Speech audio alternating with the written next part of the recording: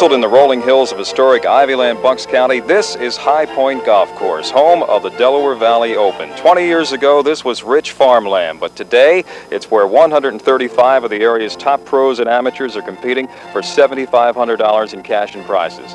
Hello, everyone. I'm Harry Donahue. Joining me here at 18 is the host pro of High Point, Tom Smith. And Tom, we got a beautiful day. How are the conditions out on the course? The course is excellent. It's playing very well.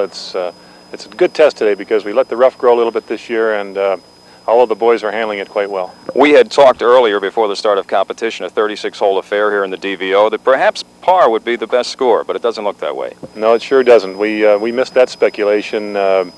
144, which would be even par, I think is going to be broken this year, as it has been the past 2 years. We could have, too, the way the scores are coming in, a bunch at the top, similar to what happened last year. There was a five-way play, and that necessitated a playoff won by Duke Delcher when he sank a birdie putt on that very first hole. That's right. Duke sent everybody home with a 15-footer on number 10, and this year, with 26 players within 4 shots of the lead, the prospects of a playoff are quite good.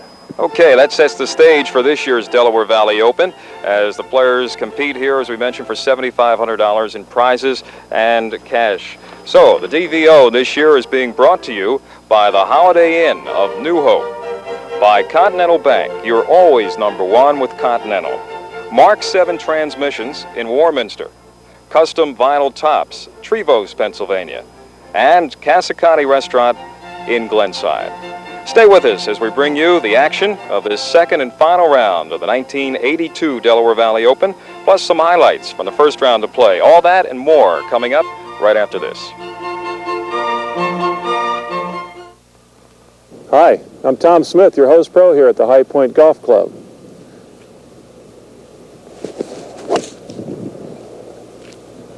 Inviting you to take time out and enjoy a day of golf.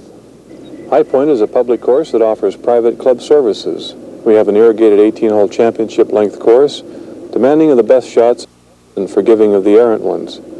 After the game, relax in our modern clubhouse. Visit our fully stocked pro shop, cocktail lounge, and comfortable dining rooms. High Point is something for the entire family. Play our 18-hole miniature course, test your driving skills at our 50-tee driving range, practice putting on the 18-hole par 3 course, all lighted for night play. Our PGA professional staff is ready to serve you. We're located in Lower Bucks County in the Warminster area. If you're interested in a membership or just want to come out for the day, call us for rates and directions. High Point, home of the Delaware Valley Open. Back at High Point, this is Harry Donahue with Tom Smith. This, of course, a 36-hole tournament. Right now, let's take a look at some of the scores from the opening round. The co-leaders at 4 under par, Tom Robertson of Somerset and Pete Trenum from St. David's. And Woodcrest's Dick Smith was right on their heels. Altogether, there were 13 players who finished with subpar rounds, and 12 golfers at even par 72. Among the par shooters, John Carson of Cedarbrook, Doylestown's Craig Eshelman, and Eddie Bola from Eagle Lodge.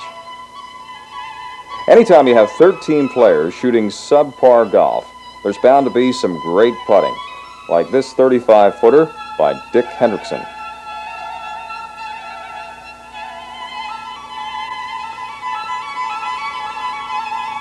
Tom Robertson got to his 4 under par 68 with putts like this at the 7th hole, and again at the 12th.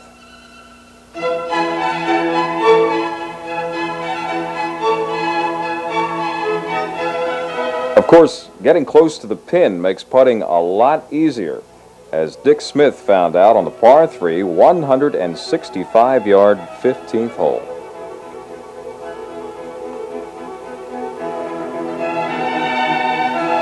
So much for the action on the first 18. Let's pick things up now on the final round with the second shots on the 18th hole of Eddie Bola, Wayne Phillips, and Jim Bromley. Eddie's coming up with a wood. Well, he went after it. Go for broke here at 18. And looks he like hit a he's fine shot. a little short, but right up front. Well, he's in position to save par, and I'd say he negotiated that little stymie pretty well. He had some trouble there. Eddie Bola Coming up a little short on his second shot, but as Tom mentioned, in position to save par here at 18. Eddie is playing with Wayne Phillips and Jim Bromley. And no one in this threesome has managed to see the fairway.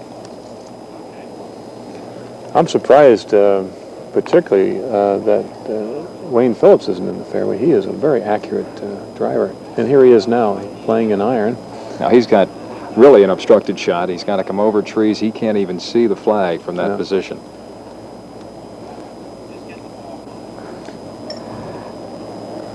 This is his second shot, and he has hit a great one. Fantastic shot. Almost pin high. Rolls a little bit past, I'd say maybe 12 feet. At the most 12 feet. What a shot. Super shot, blind shot, really. There's no way he could see the flagstick from where he played that shot. He had it tucked into the right side behind the trees. It hit almost, as we mentioned, pin high, about 8 feet to the right, and then goes about 12 feet past. And the third member here of this threesome, Jim Bromley. Jim Bromley. Hit another shot, and he's right next to Eddie Boha's shot.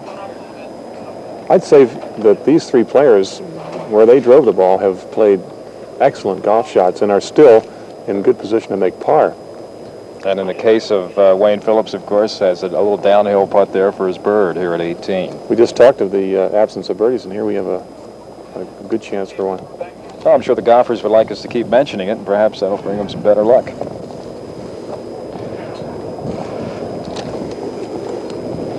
We've got some great scores coming in at the turn, Tom, as in that final threesome of Tom Robertson, Pete Trenum, and Dick Smith. Mr. Robinson was red hot on that front nine today. He turned it over in, what was it, 5 under par? Well, Tommy was 4 under. 4 under par. Which gave him an 8 under total for the day. Terrific. And the 5 under total belongs to Pete Oakley, who shot the front nine in 31, and he's 6 under for the tournament. We're going to be reporting these status numbers as we go along, but it looks like it's going to be a dogfight. Something else that our viewers will be able to see will be the scorecards with the various threesomes coming down. Another innovation of yours here at High Point for this DVO. That's correct. The final 4 threesomes will have leader status boards, and we will be able to tell you them at the moment. Okay, we're coming up now to the 18th tee. That's Craig Deere. Craig Deere. And he's leaning a little bit. He's trying to urge one back into the fairway, I think. Talk it back in, as any good golfer does. Well, Craig is a former tour player, so I'm sure he knows all the moves. If he can get it online, he will. Playing with Craig Eshelman, Dave Collingwood. Well, Craig Eshelman's a local boy. He's the golf pro at Doylestown Country Club, and this is Dave Collingwood right now, one of the area's longest hitters. Dave will really smash this one.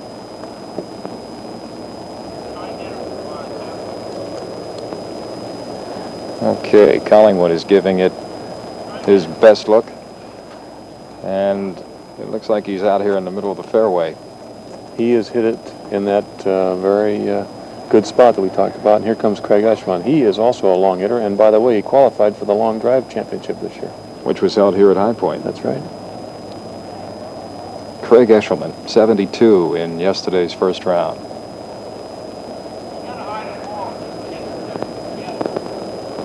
And Craig looking, too, for his landing spot, but unlike he's on his playing partner. He's on the right side of the fairway, and although he's partially blocked by that tree on the right. And meanwhile, up here at the green, that's Eddie Bola, who has just chipped up to about 5 feet short. And from almost the same spot is Jim Bromley. Jim Bromley is his third shot. Jimmy is the assistant at Waynesboro Country Club. Tall, lanky lad, but he has wonderful touch around the greens. Looks something like UB Green. He does, but he's about 8 inches taller. He is, and he hits the ball a long way, too. Okay, he's also a little bit short, much like Eddie Bola was. A good spot to be. It's a level putt, and they'll be able to charge the ball right in the back of the hole. I think they both would like to be a little closer. Wayne Phillips has an opportunity for a birdie 3. That was a super, super second shot. Terrific shot.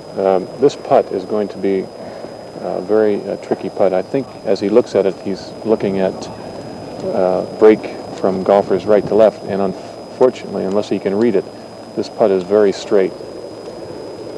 We saw a host of people miss this putt last year because they read break and it wasn't there. You were out playing today. How are the greens? Are they moving or slow, or how would you? Greens were quick today. Them? They were double cut this morning, which means we cut them in both directions, which took away a lot of grain, makes them a little faster. When it rains, as it did before this final round, what effect does that have on the greens? It really doesn't affect the putting all that much. It makes them much softer, and they'll hold the ball a lot better. The ball won't roll as much. There goes Wayne right now. About 12 feet.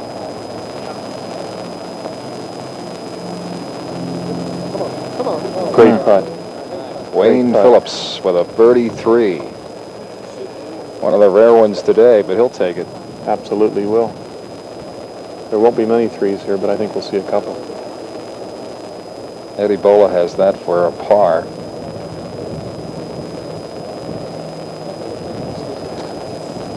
Due to the fact that he'll be hitting this putt fairly hard, it won't break all that much. I doubt if he'll try to cozy this one in. He'll charge it.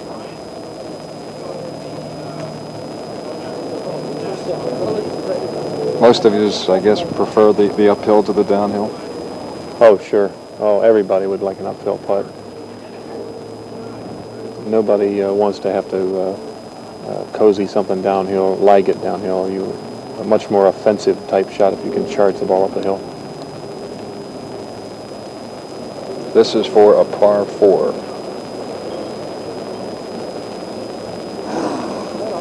Okay. Found the side, the left side, and it just curled in. It's in nonetheless. So, a par 4 for Eddie Bola, and Jim Bromley will try to do the same. Pretty much straight in. Identical, same putt, right. Bromley might have learned a little bit from Bola's putt.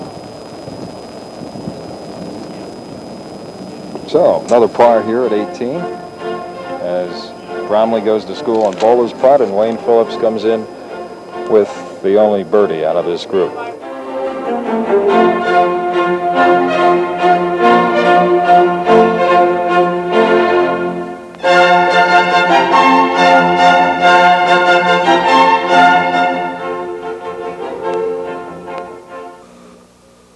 Hi, I'm Tom Smith, your host pro here at the High Point Golf Club.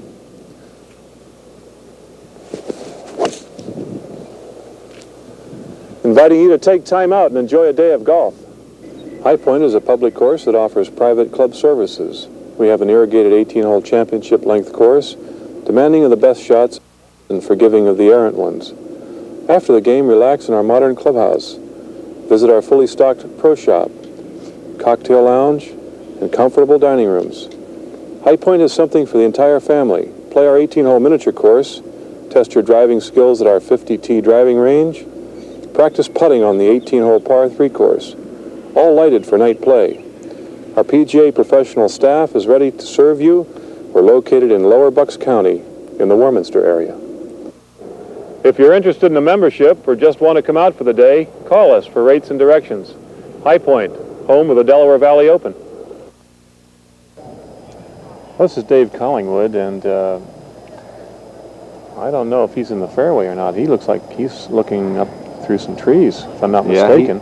Once again, he does not have a good vantage point. He's tucked over here to the left side. He'll rip it. This guy, his second shot here at 18. It's left. It's short of the one bunker on the left side. There are 2 bunkers here on the left side at this 18th hole, but he's in some pretty thick rough. He's got a very, very delicate shot coming up, and from that high rough, it's going to be a tough one. Playing with Dave, a pair of Craigs, Craig Eshelman and Craig Deere. Craig Eshelman's my good buddy from up at Doylestown Country Club. He's a neighbor pro, and the Doylestown Country Club is a very, very beautiful country club up in Lower Bucks County, and matter of fact, it's the site of the Doylestown Open. Dave Collingwood plays out of Hawk Valley, and right here comes now Craig Deere. former tour player. Yeah, he's from the tour. His second shot at 18. And he had to cut the ball. He's hit it long to the left, and he's well beyond the green. Okay, he is going to have a pretty tough shot to save par here at the 18th. Well, they're going to have to really manufacture some golf shots to make 4 here. We have Craig Eshelman. This is Craig Eshelman next, and he's the only player in this threesome with a look at the green. You might notice that they are marking their golf balls in the fairway and improving their lie. We deemed the 9th fairway to be a preferred lie fairway. There were a couple of bad spots up there, and rather than mark the entire fairway, we made it a preferred lie fairway. So he improved his lie.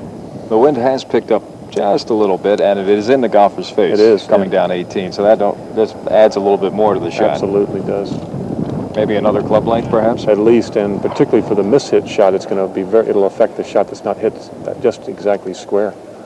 Craig's cut it pretty close to those trees, but he does have a shot. He has a shot, and he's probably got about a 7-iron. Starts it out a little right. At it, too. This could be a 2. Great shot. He has come to within about 10, 11 feet. Short side, but in excellent position. Perfect birdie position. Craig Eshelman in position here to pick up a birdie, as Wayne Phillips did the previous threesome. Next up at the 18th tee is John Carson, Jerry Day, and Bill Hall. Bill Hall is their playing partner. Okay, standing by at the 18th green with our defending co-champion is Denise Reed, and she has her guest, Duke Delcher. Denise? We're with the defending champion of the Delaware Valley Open, Duke Delcher. First, we'd like to welcome you back to the area. You've been out in Chicago. Thank you. Welcome back, and you had a brilliant 67 today. Talk about your round. Yeah, I played very well today. I could have shot maybe 64 or 3 today if the first 4 or 5 holes I had it real close and didn't make anything, but I thought maybe I could sneak up on them. Nobody would be watching, but didn't quite get it. But I'm happy with the way I played, and at least they know I was here anyway. So. Does the course differ at all this year from last year when you won your title? Yeah, I think it played a little bit harder today. They had some of the tees back, but I think overall the course is in better shape. And Tom did spend some money last year, and it's much better this year than last year. Okay. Well, congratulations again on last year's title. We're glad to see you back. Thanks for joining us. Thank you. Back to you, Harry. All right, Denise, and Duke Delcher, who goes back to Bobolink in Chicago. Maybe not with a championship, but certainly a lot to be proud of for his 67 in this second and final round of the DVO here in 1982. Think we get Duke back next year? I bet on it. He'll come back. Duke, of course, a local boy, was a pro at Atlantic City and won here last year. As a matter of fact, Duke was a high school standout golfer at Council Rock High School, which is 4 or 5 miles from here. Craig's just hit a fantastic shot. Okay, Craig Eshelman has just put his ball 18 inches. Deere. Pardon me, Craig Deere.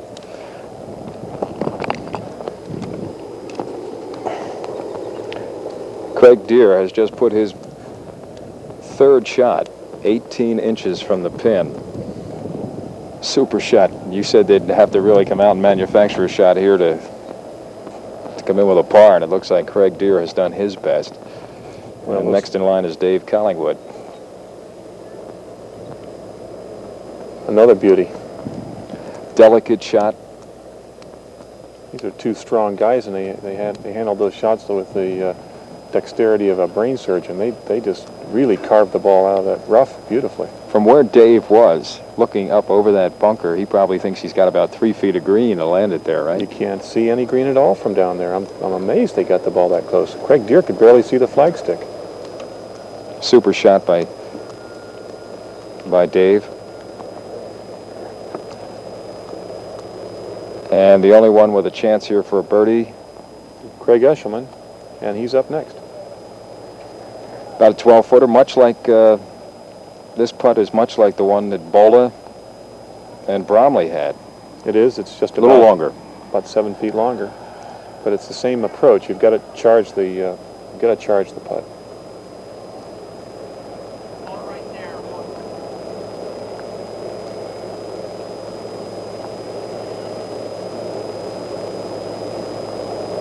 It's hard enough. Well, Almost had our second birdie in a row. he lipped it out. It was a great putt, though. He had it on the high side. Taps in for his par. And Collingwood will have a little bit more than a tap in. That's right. Collingwood has got about a 6-footer. This is a straight putt. We understand that our leader, Tom Robertson, has picked up a bogey and is now at 7 under par as he plays the 11th hole. Well, we saw his tee shot at 10, and he hit it in the hazard, the only water hazard on this golf course. Nice par. Super par from that position there, right short of the bunker. And we call gets it a it down great up too. and down. Great up and down. And this may be even greater if he can make this. We're talking about this putt that Craig Deere has. This would be greater, I must say. In all respect to Dave Collingwood. He got it. Wow. Nice 4. So pars all around with this threesome of Eshelman, Deere, and Collingwood. They leave, and coming down the 18th is the threesome of John Carson, Jerry Day, and Bill Hall. John Carson plays out of Cedarbrook Hill. And playing with him, Jerry Day and Bill Hall. Well, Bill Hall has just hit a shot from the 13th fairway, and I don't think he had it in good position there. He's kept it to the left. And now out in the middle of the fairway here at 18, and the only player that we can see at this point this is John is Carson. John Carson. He's in nice position. I bet he's got 6-iron. Looks right on. He's right at it, too, if it's long enough. He's got to get up a little bit. A little soft right there where it hit. It is, and that could be the big difference in the way this hole plays this year compared to last. That area where that ball hit last year was like concrete, and balls that hit there went to the back of the green. This year we worked on it, we got it back into decent shape, and now a ball that hits that area is going to stay there. At best, might bounce on the front of the green. So Carson still in good position to save par, if not get his birdie. And right now, with the best drive of the threesome out there in that 18th. Yes, if it's his drive. That's Jerry Day. Yes, that would have to be an unbelievably long tee shot if that's his drive. It could be. John Carson was telling me yesterday, back in 1957, he was offered to sign with the Phillies for $75 a month. At the time, he was making $200 a week as a caddy master. He looked at his bottom line and said, no way am I going to play baseball. And here he is. Second baseman. Grew up in the same neighborhood I did, Olney. I asked him, how'd you ever learn to play golf in Olney? He said, I didn't. I had to move out of there to learn how to play. Great shot. Look at this shot coming up by Craig Deere. Craig puts it 3 feet from the cup. Tom, here's an opportunity to give our viewers a tip that may be able to save them a stroke or two around the green. We're going to talk to you a little bit about the chip shot. It's a shot that will save you a lot of strokes so long as you follow a couple of basic fundamentals. First and foremost, you must determine the line that you want the ball to follow, and you do so by standing behind the ball and sighting the line between the ball and the flagstick. And then while you're sighting it, try to determine if there's any undulation or roll in the green. Once you've determined the line, approach the ball and set the face of the golf club so that it's square to that line. Once the face of the club has been set, position your feet so that the stance is slightly open and that you're facing the flagstick and you can see the line of the shot very clearly. Finally, you want to make sure that the hands are positioned forward of the ball so that the forward arm, or for you right-handers, the left arm and the shaft of the golf club are in a straight line. The triangle that's formed by the arms and shoulders should stay intact throughout this shot. There shouldn't be too much wrist action, and one of the mistakes that most players make in hitting this shot is that they hit it entirely with their wrists and not their shoulders and arms, and it looks something like this. This is what develops a good deal of inconsistency. What you want to try to do with this shot, rather, keep the triangle in position, and with the hands forward, let the hands lead the club head through this shot, and it'll look something like this.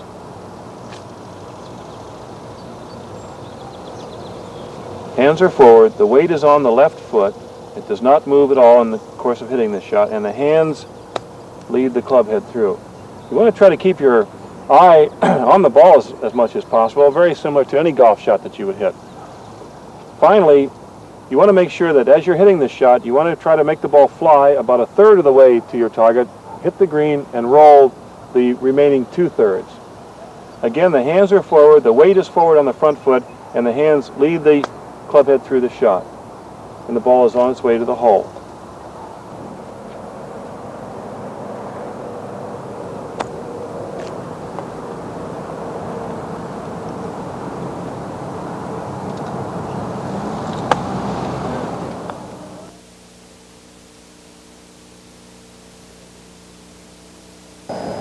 We're back at the 18th tee, Tom.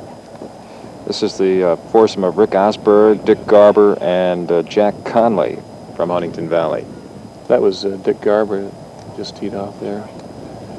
And this is there you see Dick Garber's tee shot.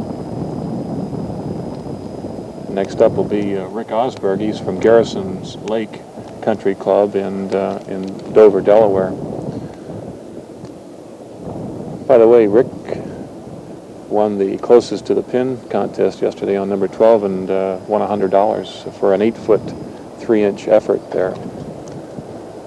Osberg, Garber, and Conley went through the first 18 yesterday at an even par 72. Now we understand we have an update from the 12th hole where Tom Robertson took a double bogey.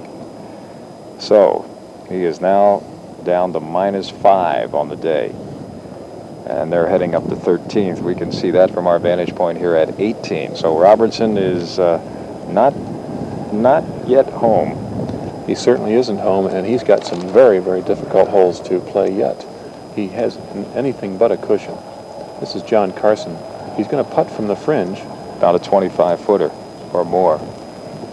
Not bad. He's about 1.5 or 2 feet beyond the hole. John playing with Jerry Day and Bill Hall.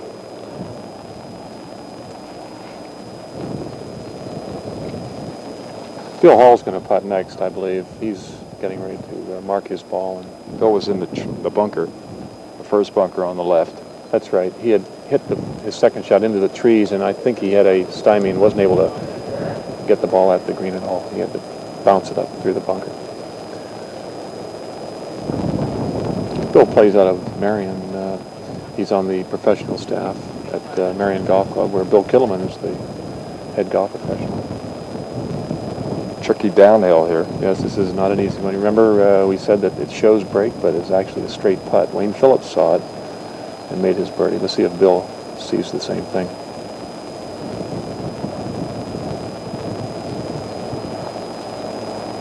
I think he did. No. Pulled it to his left. That was his par bit, and he has that for the bogey. Bill Hall finishes with a 5 here at 18. And this is Jerry Day, trying to save par. I think this is for par. I can't believe that his tee shot got down there.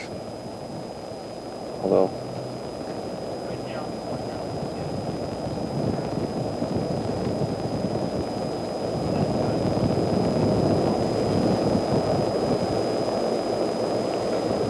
And he makes it. And John Carson will have the 2.5 footer.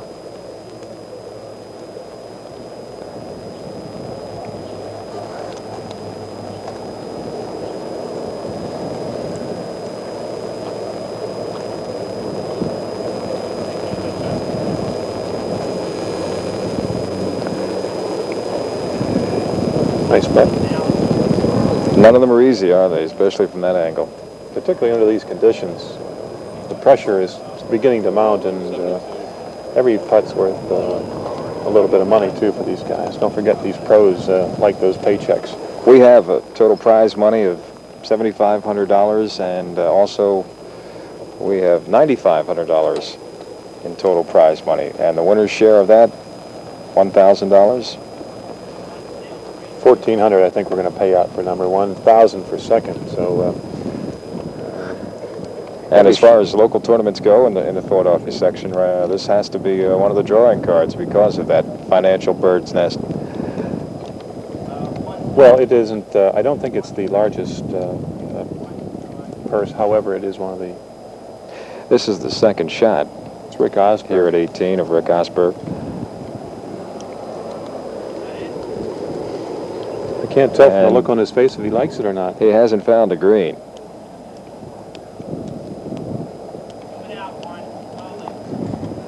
Playing with Rick, Dick Garber, and Jack Conley. This will be Dick Garber here.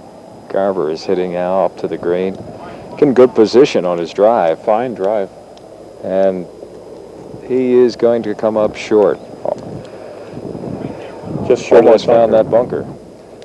We can feel this wind up here, and I don't know if they can down there. And I bet that wind.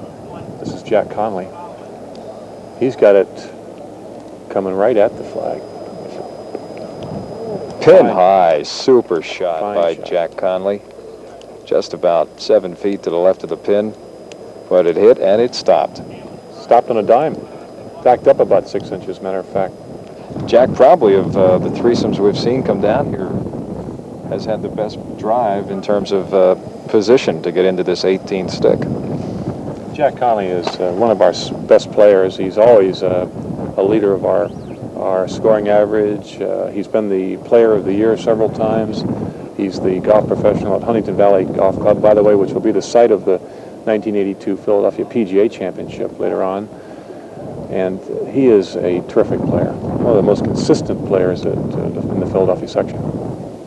Jack, and along with Dick Garber and Rick Osberg, had 72s yesterday, even par. And Conley's in A1 position to pick up a birdie 3 to close out his participation in this 1982 Delaware Valley Open. It's got a little overcast, Tom. The sunshine we had earlier to start the round disappearing behind some clouds. And it's getting, as we mentioned, a little bit windier, which is going to come into play, no doubt. Maybe Tom Robertson has found out a little bit about the wind here on the back nine, because he made the turn in excellent shape and already has lost 3 shots to par on that back nine. And he's through 12 holes. The wind is certainly going to be a factor. What happens when you have a windy condition, you begin to press a little bit.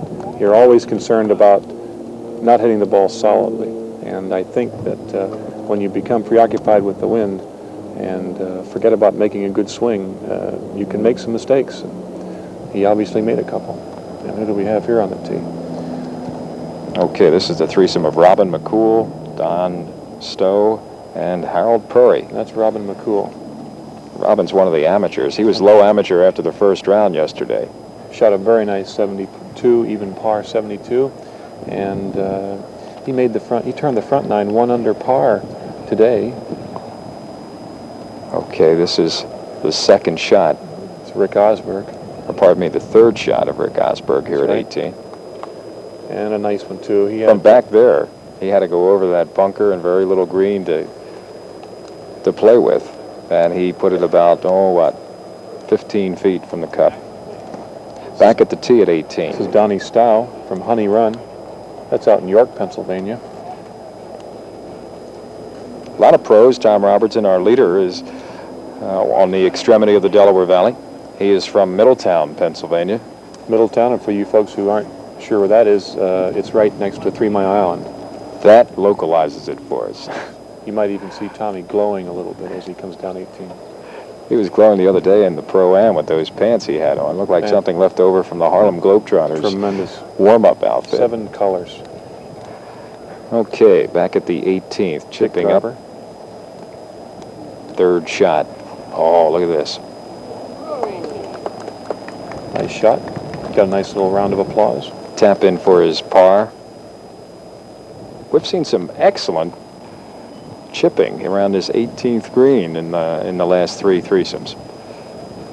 Maybe they're turning on for the cameras, do you think? Must be. I've never seen anything like it. It's a real exhibition. So Dick Garber will have his par today.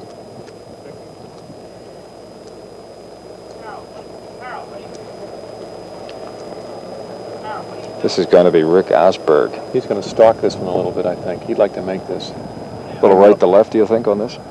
This putt is going to go a little bit right to left. Yes, that's right, exactly. I think you want to keep this ball just on the left edge of the cup and just let it fall into the right. Speed will be important here. If he hits it too hard, it'll stay on the left edge and won't fall.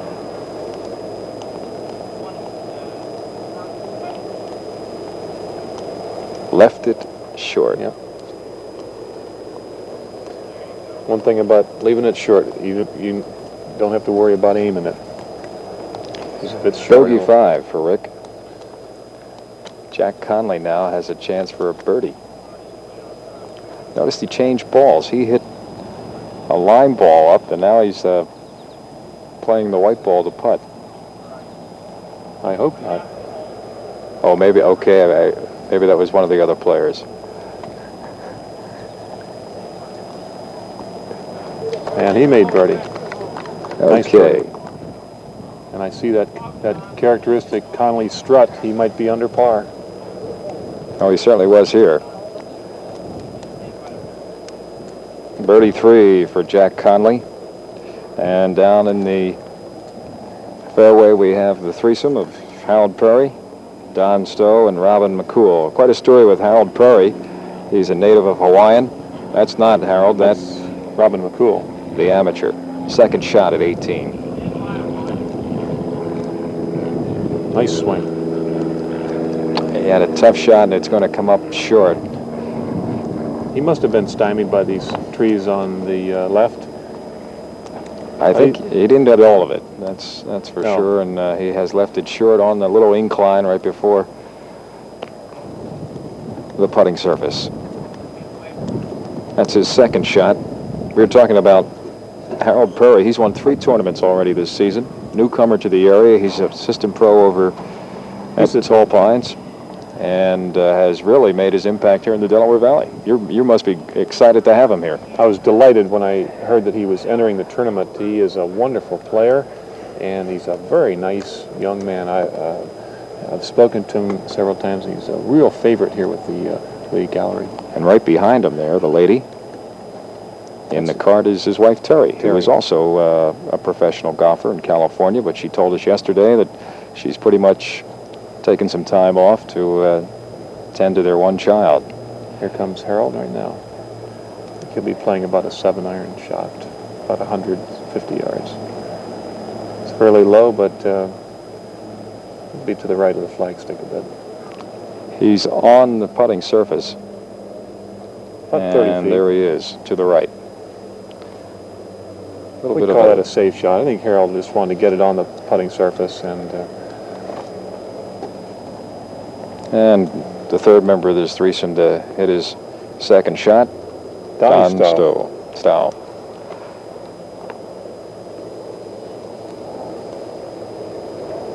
nice compact swing. This guy can swing in a phone booth.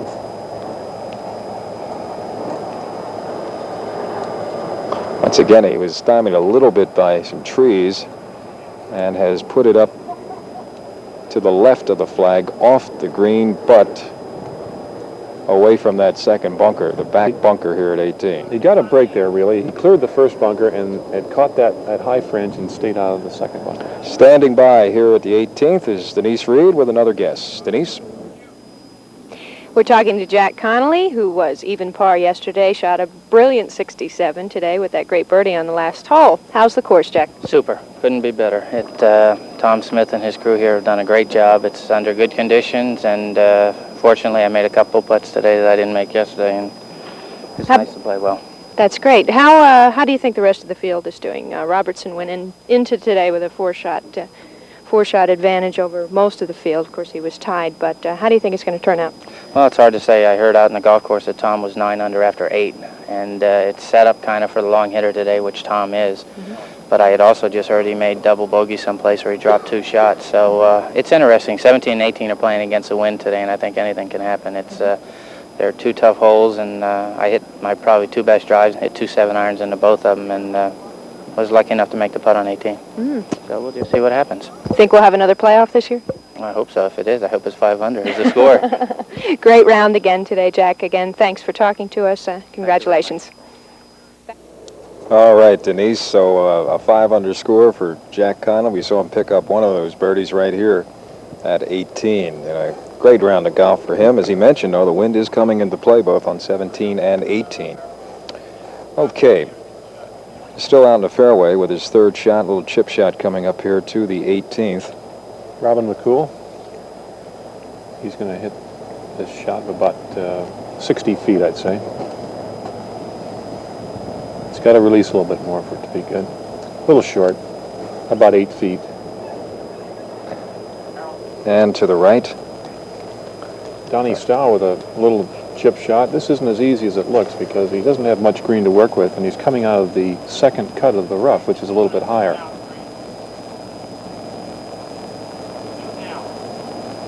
And he hit it by the hole. Okay, Donnie's about 10 feet past. I don't think Donnie was too happy with that shot. Trouble with coming out of that high grass, you want to make sure you hit it hard enough so you don't leave it there, and then there's always the problem of getting it by the hole as he did, so I think he'd like to have that one back again. To the left there is Harold Perry. About 30 feet, maybe 35 feet. This putt's going to be fairly straight. It might turn just a shade to the left. Perry had a 71 yesterday, including a birdie here at 18.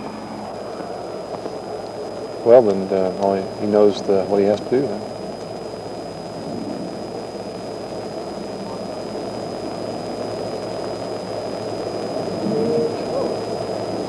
Gave it a shot.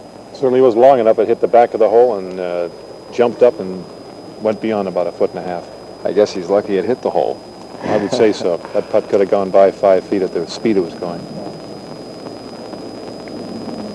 Harold Perry will have that 2-footer for his par. Robin McCool has this for a par. Robin's from Phoenix, Arizona originally, and he's the Ping salesman. He sells Ping golf clubs. So he gets to play a lot. He probably doesn't play as much as he'd like. He's too busy working, and that's why you'll see a lot of Pings around.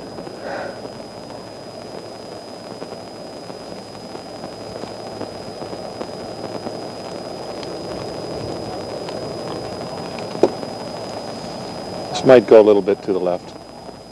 He might keep it on the right edge of the hole, I think, to make this putt. Uphill all the way. Yes. And he made a nice putt. Right for it. Robin McCool finishes with a nice par 4, considering he left his 2nd shot short and his 3rd shot short. He's certainly in contention to win the amateur title this year.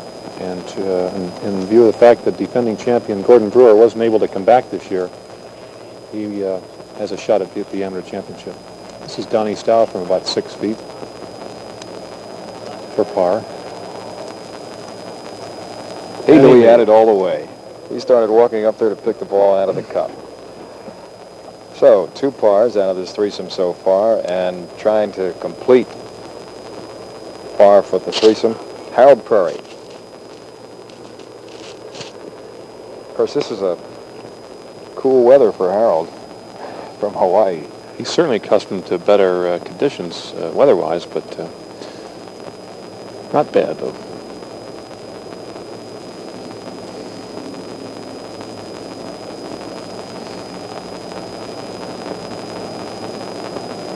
And he made it.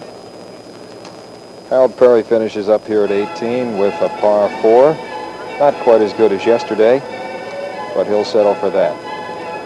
Okay, we'll be back with plenty of action left to go here in the final round of this 82 Delaware Valley Open. We'll be right back after this. Hi, I'm Tom Smith, your host pro here at the High Point Golf Club.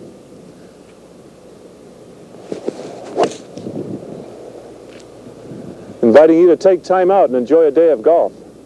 High Point is a public course that offers private club services. We have an irrigated 18-hole championship length course, demanding of the best shots and forgiving of the errant ones. After the game, relax in our modern clubhouse. Visit our fully stocked pro shop, cocktail lounge, and comfortable dining rooms. High Point is something for the entire family. Play our 18-hole miniature course, test your driving skills at our 50-tee driving range, practice putting on the 18-hole par 3 course, all lighted for night play.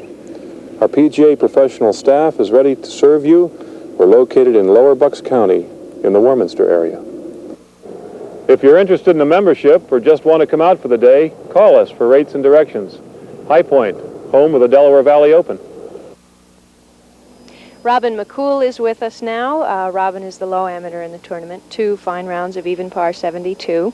I wanted to ask you how you feel about playing in this tournament when there's another big amateur championship going on right now. What made you decide to play here? Well, Denise, I would like to play in the Pennsylvania State Amateur, but I'm not a member of a member club, so unfortunately I couldn't play this year. Mm-hmm. Next year it might be different. I would hope that next year somehow there wouldn't be a conflict in the scheduling, because I think it would be good for the amateurs to all get together at one place. Mm-hmm. It'd be good if they could play in both tournaments next year. Absolutely. How do you feel about your 2 rounds? Certainly they're very, very good rounds here among all the club pros.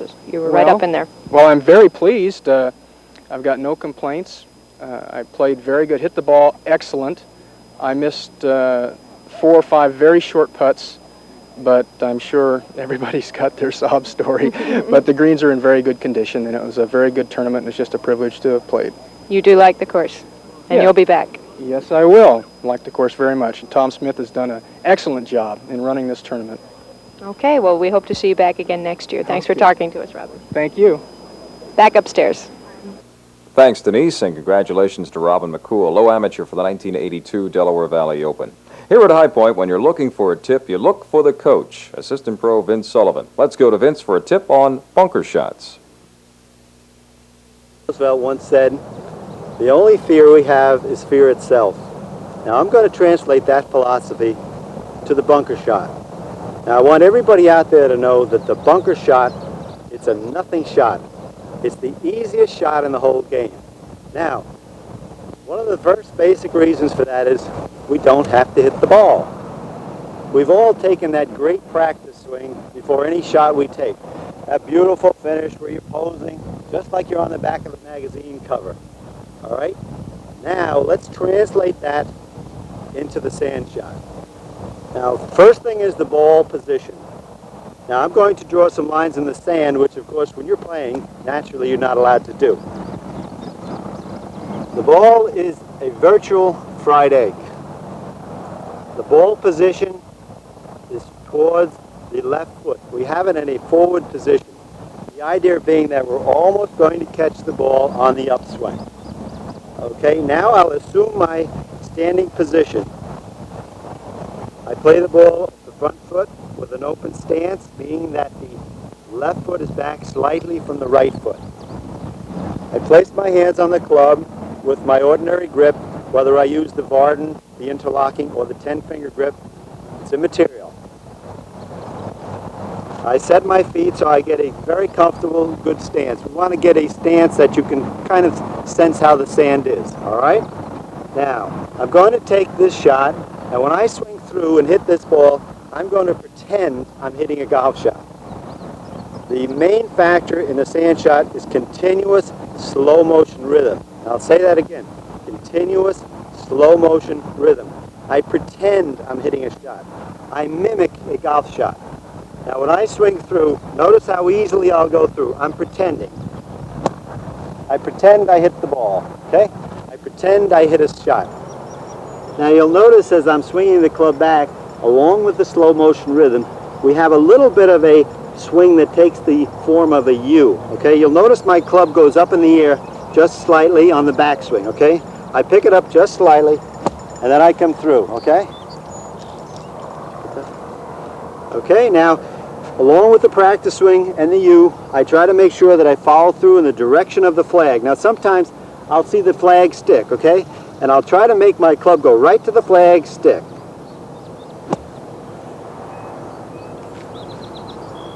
And you'll notice that each time I follow through, I'm always mimicking the swing, okay? I'm always mimicking the shot. So my follow through will hopefully be in the direction of the target. I've got my feet nice and settled, back very slowly, pick it up a little bit, and then come through the target, okay? Back at the 18th here at High Point. Final round action of the 1982 Delaware Valley Open. And on the 18th tee is the threesome of Pete Oakley, Alan Shankin, and Gary Harden. And Oakley's had himself a pretty good round. He was 5 under at the turn.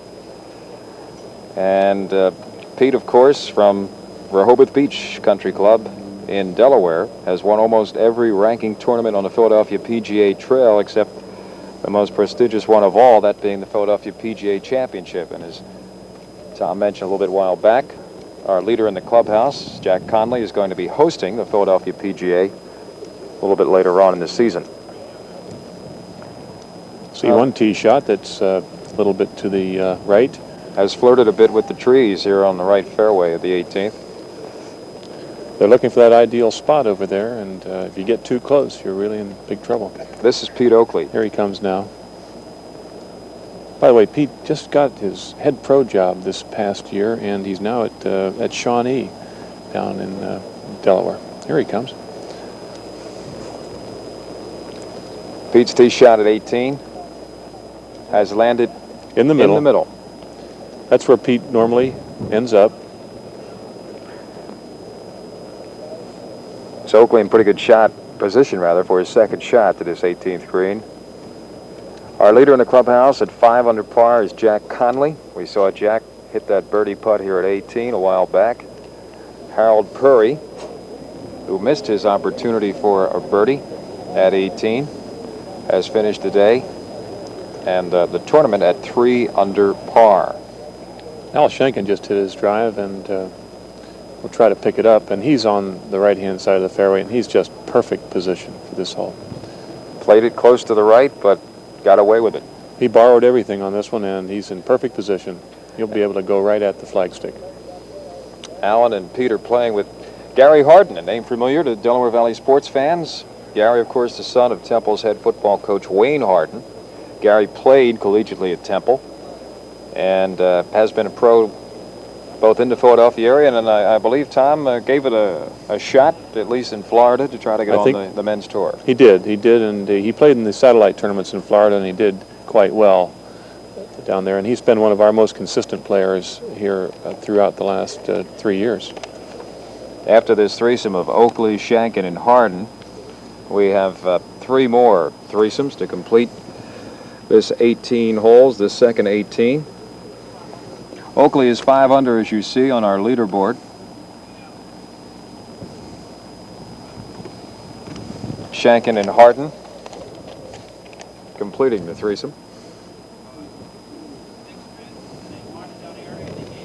We understand that Dick Smith was in a washed-out area. A little bit of a controversy arising here in this final round, and they gave him some relief. Dick, of course, is playing in that final threesome with Tom Robertson and Pete Trenum. That all occurred on the 13th hole. Now on the 12th hole, the leader at the time, Tom Robertson, picked up a double bogey.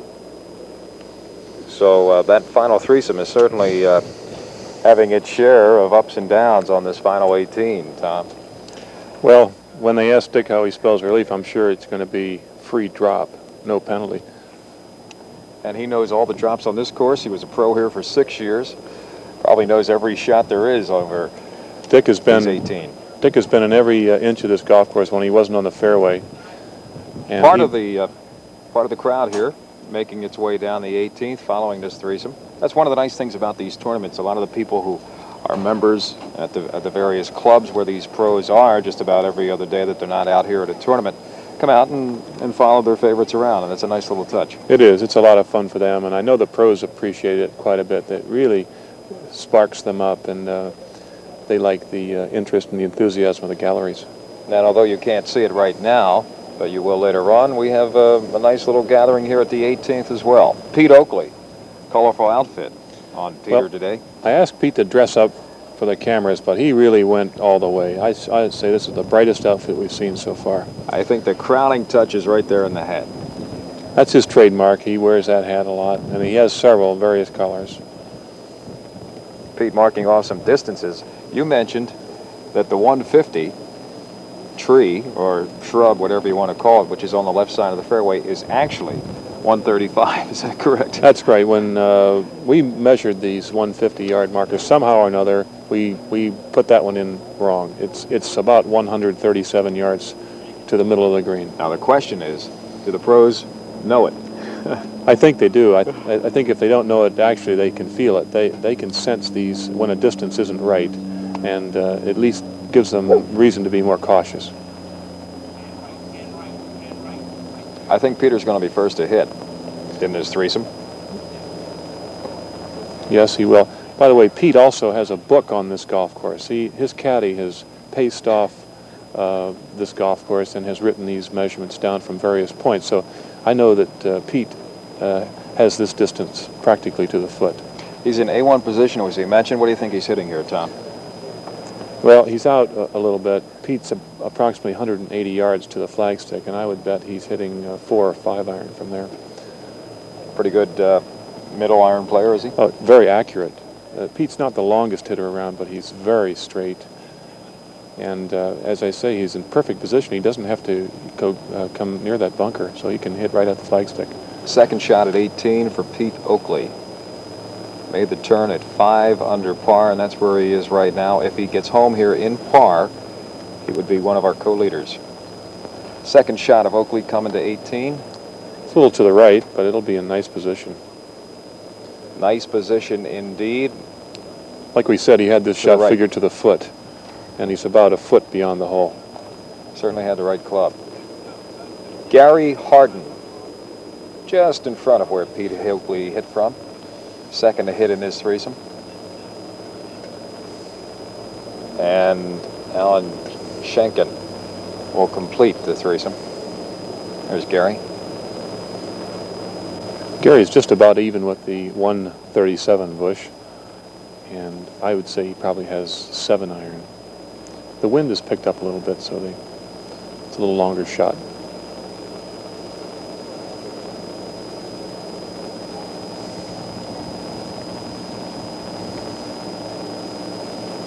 Second shot of Gary Harden coming up here at 18. He has hit it to the right along the cart path and just off the cart path to the right of the green, and he's going to have himself a tricky little shot from that position, maybe 90 feet from the flagstick. No question. Comes Al Schenken from neighboring Warrington Country Club, just down the street from us here at High Point. And Alan's played well here. Every year he's played very well here. Very good showing. And he's going right at it. If this ball is up, it's going to be next to the hole. Another great approach shot here. Alan Schenken has Beautiful. put it within 10 feet. Actually hit closer than that and jumped back a couple of feet, so he'll have a little bit of a downhill putt as he tries for a birdie 3 here at 18, Alan Schenken. Once again, to remind you, our leader in the clubhouse at 5 under par for the tournament is Jack Conley of Huntington Valley. Out on the course, as far as we know, Tom Robertson also at that 5 under par. Harold Perry finishing at 3 under. And Pete Oakley is coming down here to 18 with a shot at a birdie, which would put him at 6 under par and would give him the leadership in this 1982 Delaware Valley Open.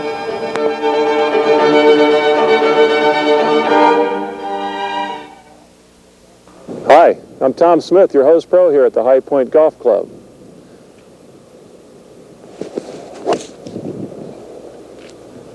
Inviting you to take time out and enjoy a day of golf. High Point is a public course that offers private club services. We have an irrigated 18-hole championship length course, demanding of the best shots and forgiving of the errant ones. After the game, relax in our modern clubhouse. Visit our fully stocked pro shop, cocktail lounge, and comfortable dining rooms. High Point is something for the entire family. Play our 18-hole miniature course, test your driving skills at our 50-tee driving range, practice putting on the 18-hole par 3 course, all lighted for night play.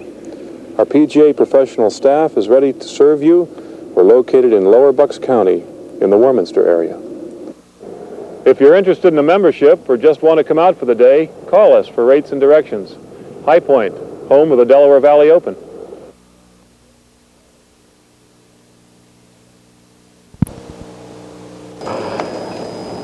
We're looking up the 18th fairway. Meanwhile, back here at the 18th green, or there's the 18th tee, pardon me, we have Ted McKenzie, Bob Huber, and Larry Demers. And that was Teddy just teeing off from Waynesboro Country Club. Each of these fellows had 2 under par 70s yesterday.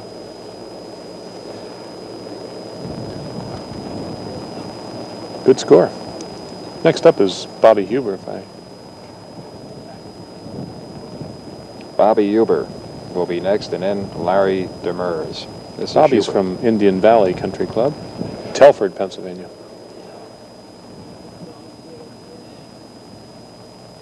Tee shot at 18 for Huber.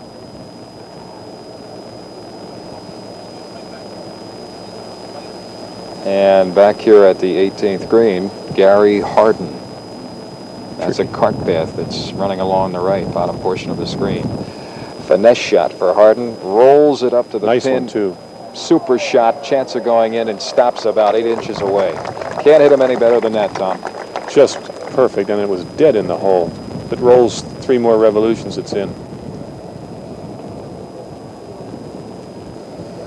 Gary Harden satisfied with that 3rd shot. And Alan Shankin is lining up his putt, although also in the process of trying for a birdie here. And putting first will be Pete Oakley, talking it over with Gary Harden.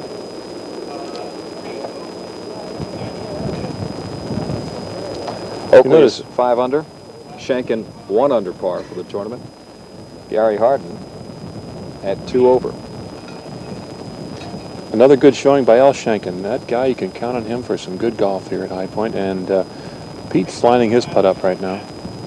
You notice Pete fixed a ball mark in his line, but was careful not to tap down a couple of spike marks. I noticed he looked at them and then very carefully did not tap them down. You know that's against the rules if he were to tap down a spike mark. You can tap down a ball mark, though. You may. You can with your putter. Yes, you can improve. You can repair it with a tee or a tool, and then tap the ground down to level. Oakley has himself here roughly 20-footer. 20 feet, yes. Should be fairly straight. This is for a birdie, and would give him the lead at 6 under par.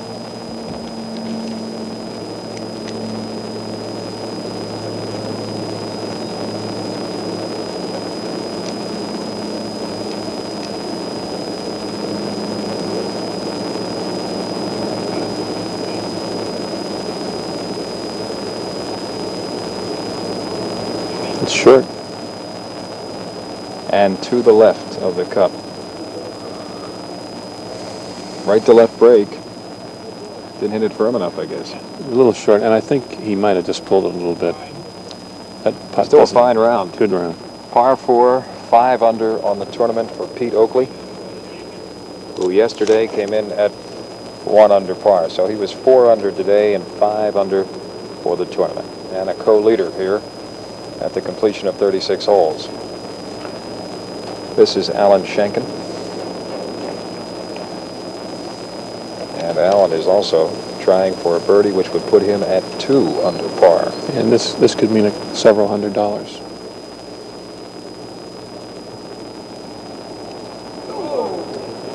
that close. Rimmed the cup on the right and goes to the left. Alan Shankin taps in for a par 4 at 18. For Alan, 1 under par, even par on the day. And up the fairway there at 18. The next group, Ted McKenzie, Bob Huber, and Larry Demers.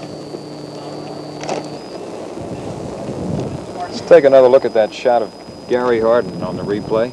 Excellent third shot. Look at this, Tom. Beauty. Right next to it. We call it Stony. That's a tap-in. Sure is. And Gary did tap it in for his par. And he finished 2 over. This is Bobby Huber.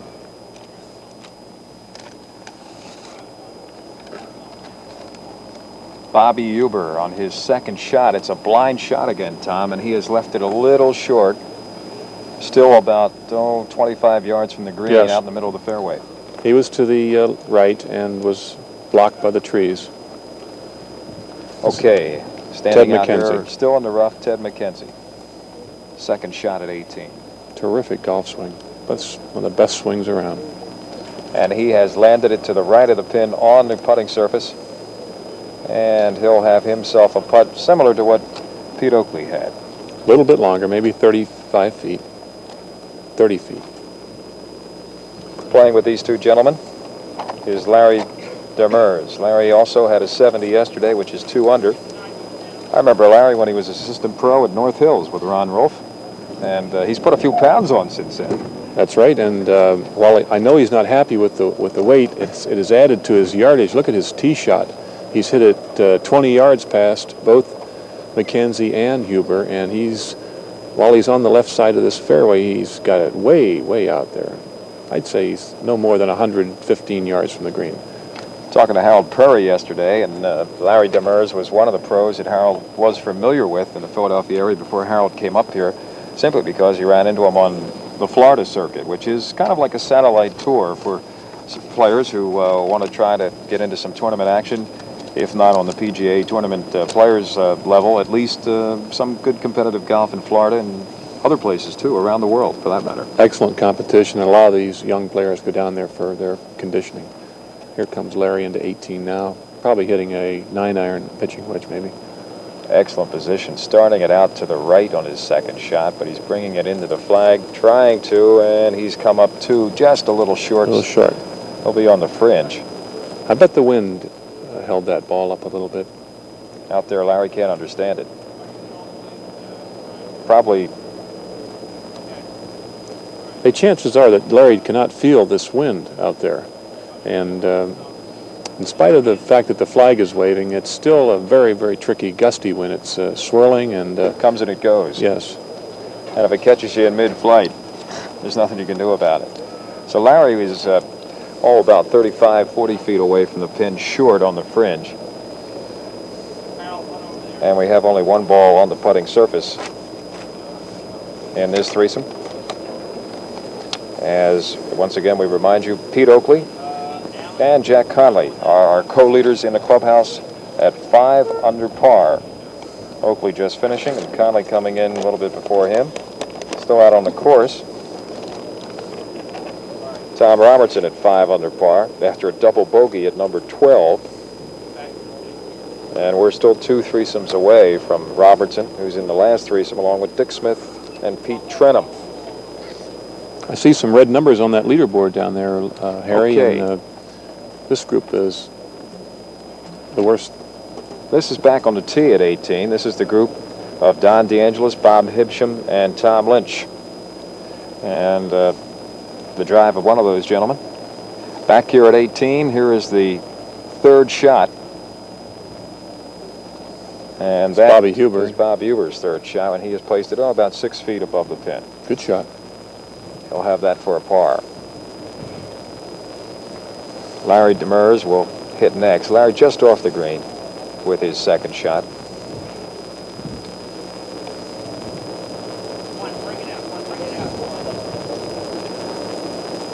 Having his ball clean. What is the procedure there, Tom? Once you hit the putting surface, you're allowed to pick up the ball and clean it? Yes, except now, remember here at 18, we're permitting them to mark the ball in the fairway and improve their lie. We call it preferred lie. So normally, his position there on the fringe, you'd have to leave it lay. That's right. If we were playing USGA rules without that provision, he wouldn't be allowed to touch that ball. But, and by the way, we reluctantly play preferred lies because this game should be played strictly according to the rules, and we believe you should play the golf course as you find it and the ball as it lies, and never touch the ball unless it's absolutely necessary. Larry is 3 under on the tournament. Huber is 1 under. McKenzie is even coming to this 36th hole. This is the third shot for Larry Demers. Native of Connecticut. Yes. Came down to be the assistant pro to Ron Rolfe, another Connecticut native, at North Hills, and is now over at White Marsh Valley. Nice up. Very nice putt. He's within 15 inches. And that will give him a par 4 and keep him at 3 under par. He'll be in some money. Yes, he will. A nice ticket.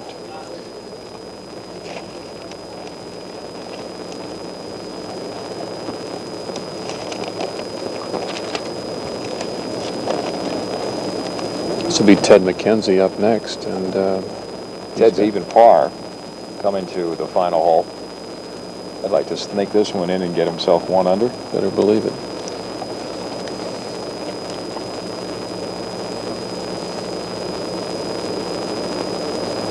It's about a 25 to 30 foot putt. Downhill with a right to left break. And he's pushed it. He's left it out there. Substantially so. Yes. About 5 feet.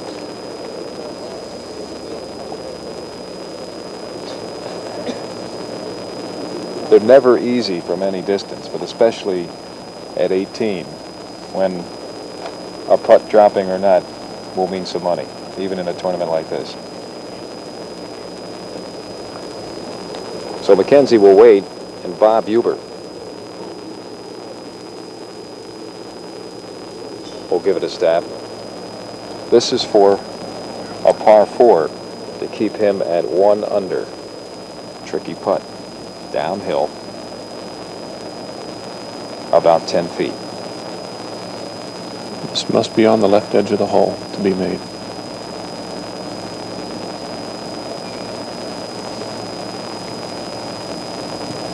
Yes, indeed.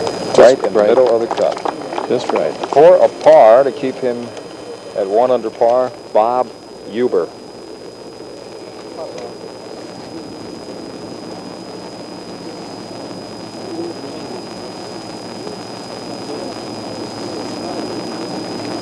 What's this?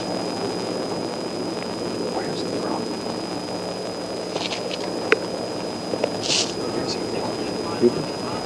Indian Valley. Huber from Indian Valley Country Club, and now Ted McKenzie. Saves his par and stays at even par for 36 holes in this Delaware Valley Open. Larry Demers will finish out the threesome.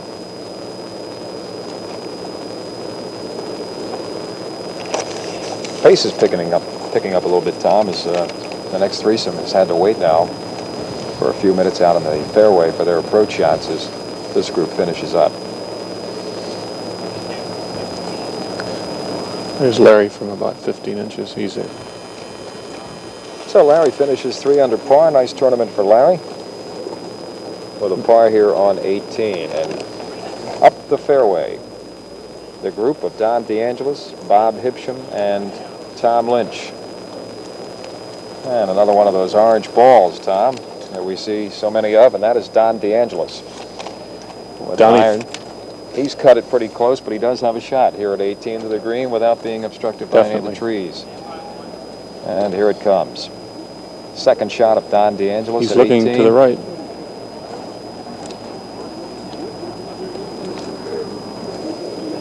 And DeAngelis has, it appears, put it off to the right.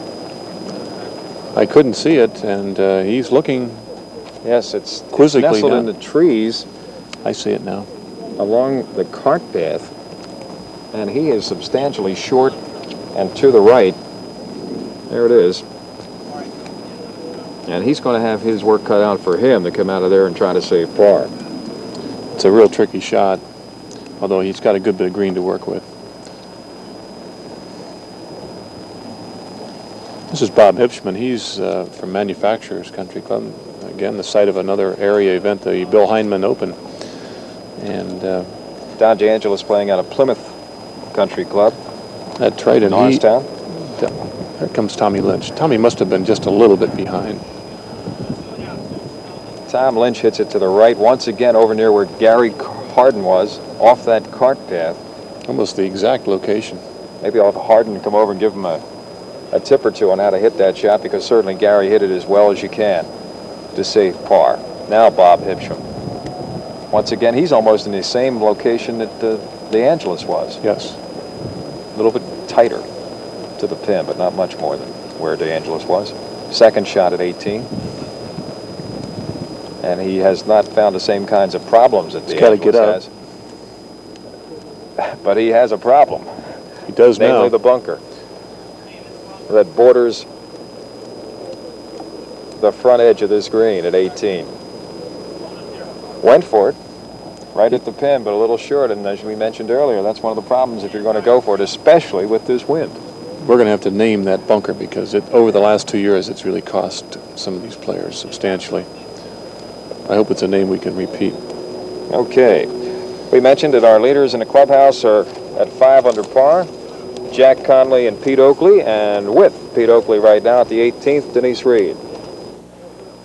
Pete Oakley's here with us now, leader in the clubhouse, tied with Jack Connolly. Good 67 today. How do you feel? I feel great. I was had a really courageous for myself front nine. I shot 31, 5 under, and was I think in a different world, and came back to earth on the back nine and shot one over.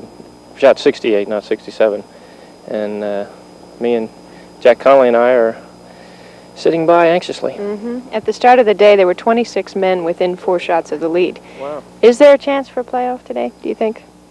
There certainly is. The last 3 holes here are pretty tough. From what I understand, from what's going on the golf course, there's 2 others who are 5 under, and Jack and I are 5 under here at the clubhouse. So looks like it'll be another 20 minutes or so before we'll find out whether there's going to be a playoff. Certainly, I hope there is. Certainly, you're not going to change your shoes yet. Okay, thanks a lot for talking to us, Pete. We appreciate it. My pleasure. Thank you. Thank you. All right, Denise and Pete DeAngelis, or pardon me, Don DeAngelis, is nestled in the trees on the right side of this green. A very costly second shot for him, Tom, because he is at 4 under par, which meant if he had gotten a birdie here, he could have been tied for the lead, and he's certainly going to have to hustle now to stay at 4 under. Yes, this is not going to be an easy par. However, lightning could strike. He could knock us in, get in the lead. Catches the branch and remains short on the fringe. It looked like he put a little too much loft on that shot. He may have selected a club that was too lofted for that condition. Again, with his touch, he just let it get away, I think. So things have certainly turned around for DeAngelis, who now lies 3 after being a shot off the lead coming to 18. This is Tom Lynch, and he is over where Gary Harden was, far to the right, over that cart path, and here it comes. Another good shot. Look at that. He duplicates Harden's shot. He must have talked to Gary the way he hit that. What a delicate touch when you consider it's like coming down the side of a mountain once you get over that cart path. Really slick at it, Harry, and it takes a great amount of control in order to get that ball to stop. 2 beauties, Harden's and Lynch's. Lynch is 1 over at this point, as is Bob Hipschman, who is ready to come out of the bunker with his 3rd shot. As you can probably tell, the wind's picking up here at 18. And Hipschman gets out but he probably would have been like to have been a little bit closer than that. He also had 1 over par. And you have to feel for a guy like Don DeAngelis, who, coming to 18, was in the thick of things at 4 under par, and on his second shot, after a nice drive, put it to the right in the trees. His third shot hits a tree branch, it leaves him short, and now he has this for a par to stay at 4 under, which would be good for second place at this point.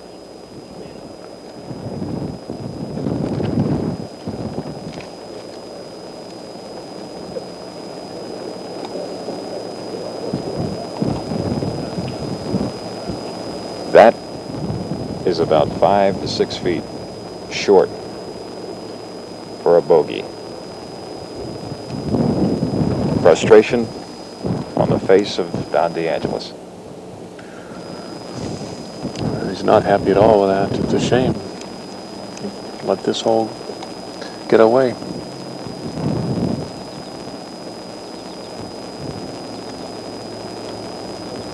Bob Hipsham needs to sink this to stay at 1 over par.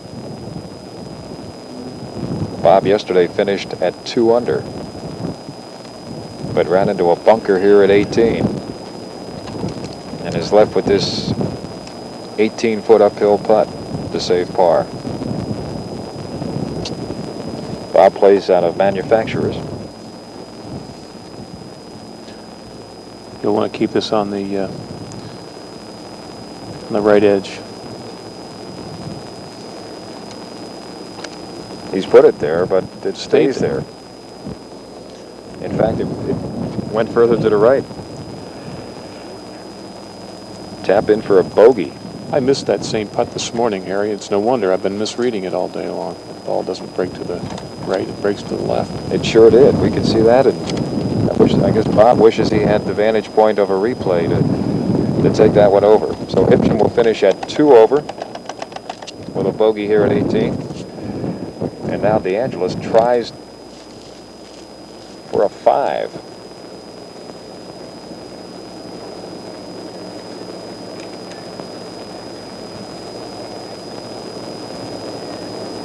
And makes it. So Don DeAngelis finishes the tournament at 3 under par, running into bogey problems here at the 18th. Tom Lynch has this tap in and makes it for a par. Excellent third shot for Lynch here at 18, and he finishes 36 holes at 1 over. And that will bring us down now to the final threesome of Dick Smith, Tom Robertson, and Pete Trenum as our co-leaders in the clubhouse at 5 under par, Jack Conley and Pete Oakley. We'll be right back with the conclusion of regulation play of the 3rd annual Delaware Valley Open at High Point after this. Hi, I'm Tom Smith, your host pro here at the High Point Golf Club.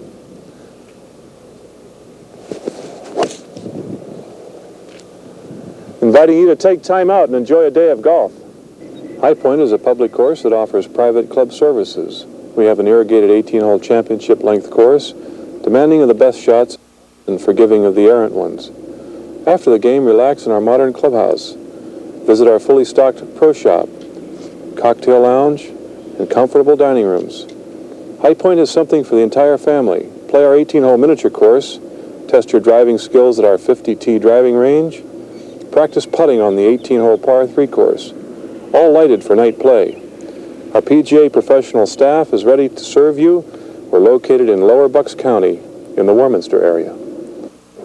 If you're interested in a membership or just want to come out for the day, call us for rates and directions. High Point, home of the Delaware Valley Open.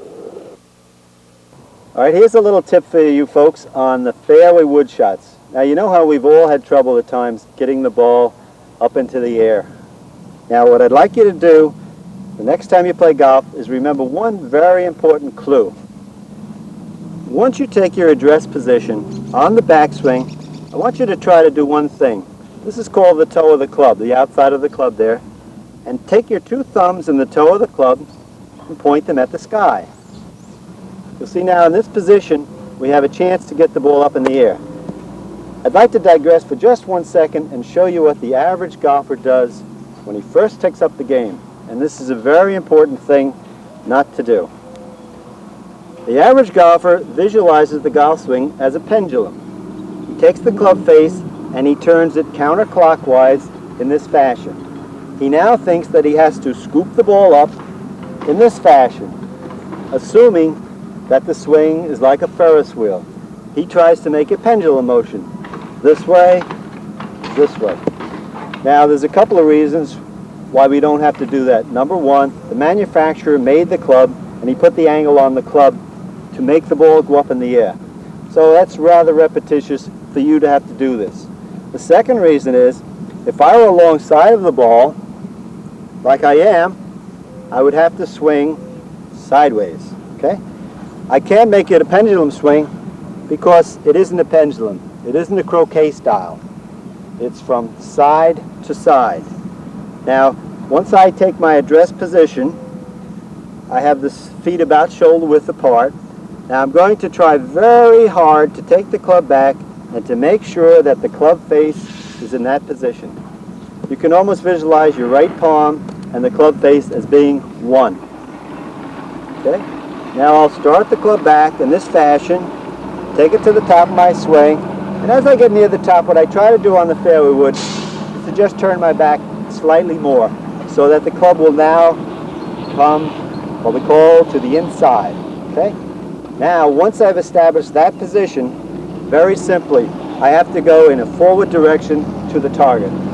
Now, I like to think about going that way by turning my right leg and my right hip in the direction that I'm going. When I do this, hopefully I will transfer my weight to my left side. I will make room for the club to come through the ball and to finish my swing right up here. So you see I've completed a circle to here, to here. And notice the circle is at this angle, okay? There's the circle. It isn't a pendulum, all right? Now we'll hit a couple of shots, see what it looks like.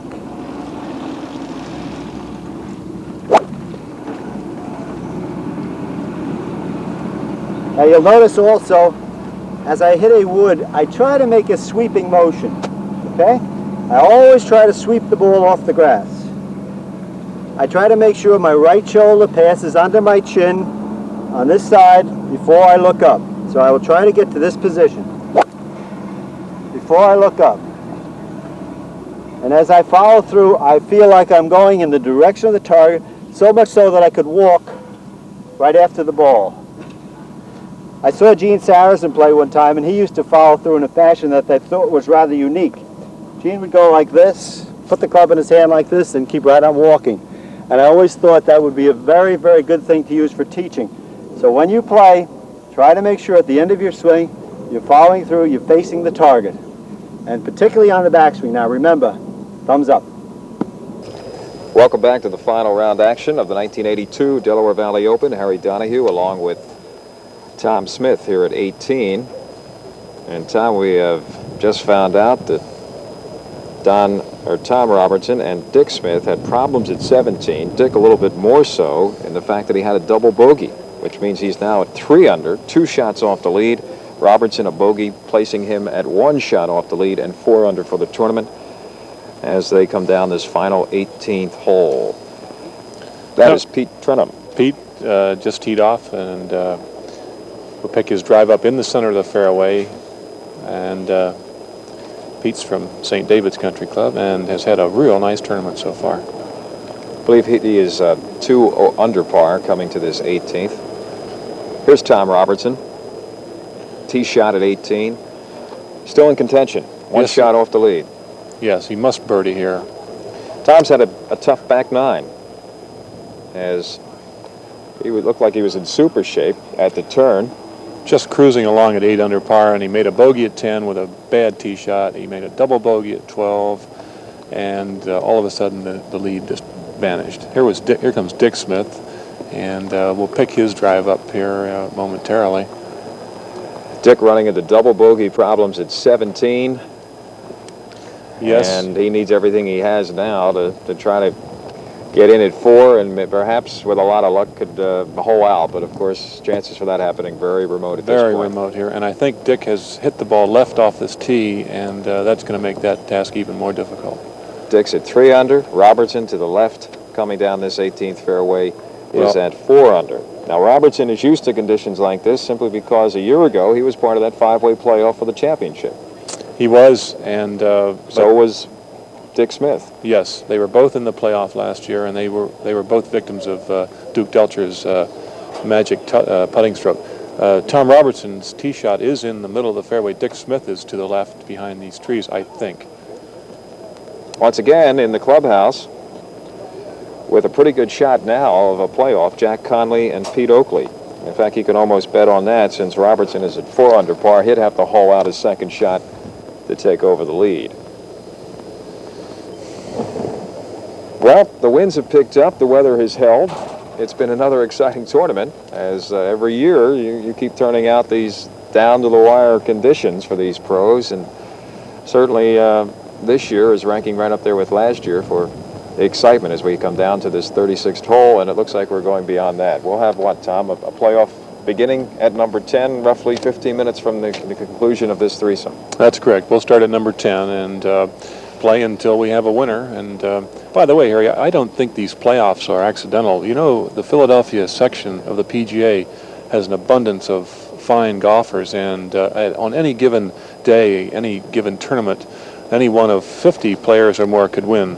And we've seen this happen now for 3 years in a row, and I wouldn't be surprised if it happens more often. Tom and Dick have really gone head-to-head. Not only did they both play last year in the DVO playoff, but Tom was a winner at Woodcrest with a 67, 2 shots ahead of Dick Smith in a tournament last season. He won in sudden death at St. David's against Pete Oakley, who will be involved perhaps will be involved in any playoff today. He also won the Doylestown Country Club Pro Member with a 3 under par score of 69. So winning is nothing unusual for Tom Robertson, lanky guy, who, as Tom mentioned, had his problems here on the back nine. Made the turn at 8 under, comes to 18 and 4 under par. 1 shot off the lead, but certainly with his tee shot here, Tom is in pretty good shape to pick that up. This is Pete Trenum now playing from the left trees. Pete has that obstructed shot. I think he can see the green, but he won't be able to hit it at the flagstick. He'll be playing from about 170 yards, and I think he just went back and took another. Probably felt this wind, and maybe went back to his bag.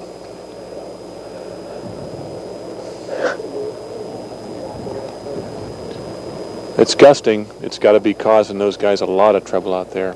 Pete is tucked behind this tree on the right side of your screen. I think he has the club now. He's over the ball. This is his second shot. He's 2 under par coming into this 18th. And now there is Pete Trenum. It's on the way.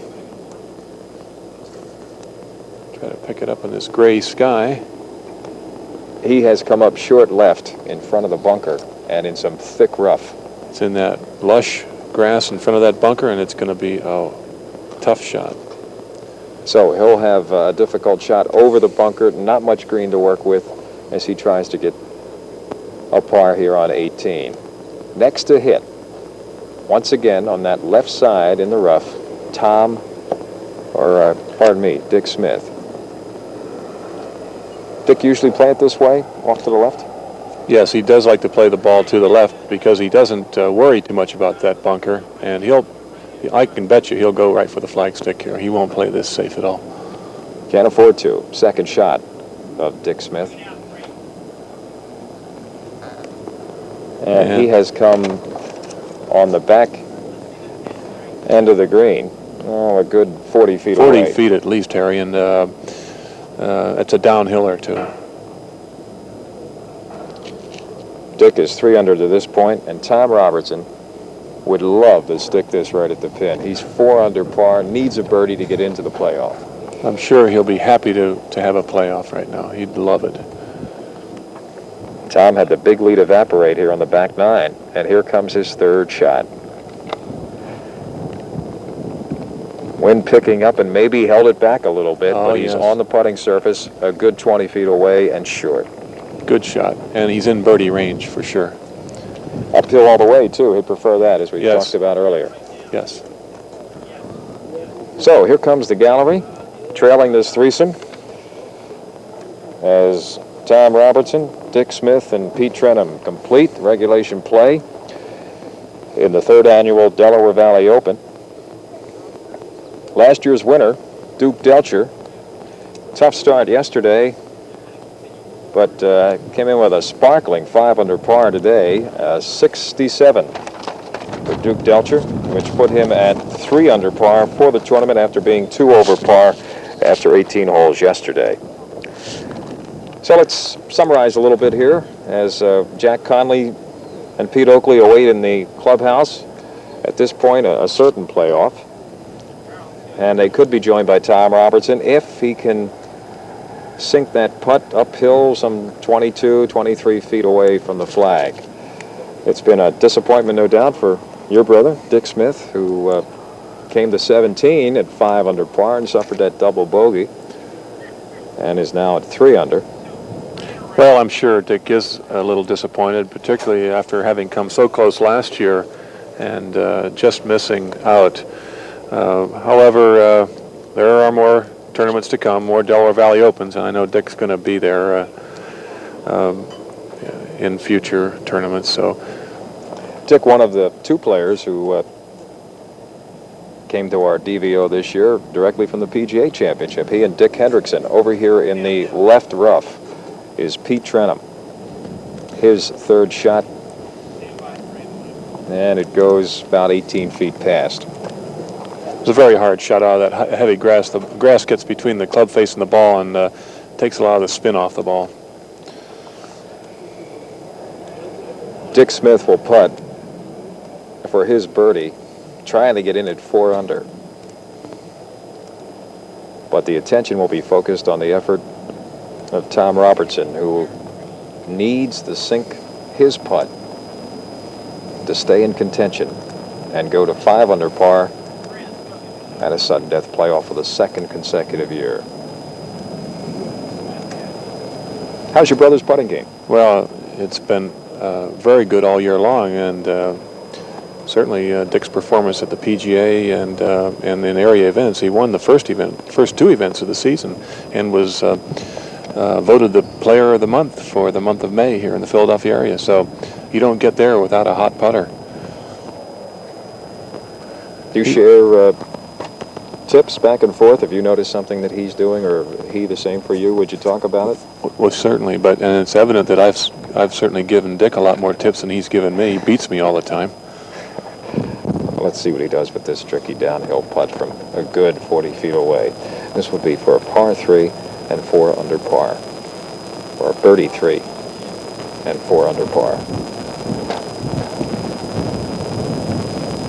It's not a little short.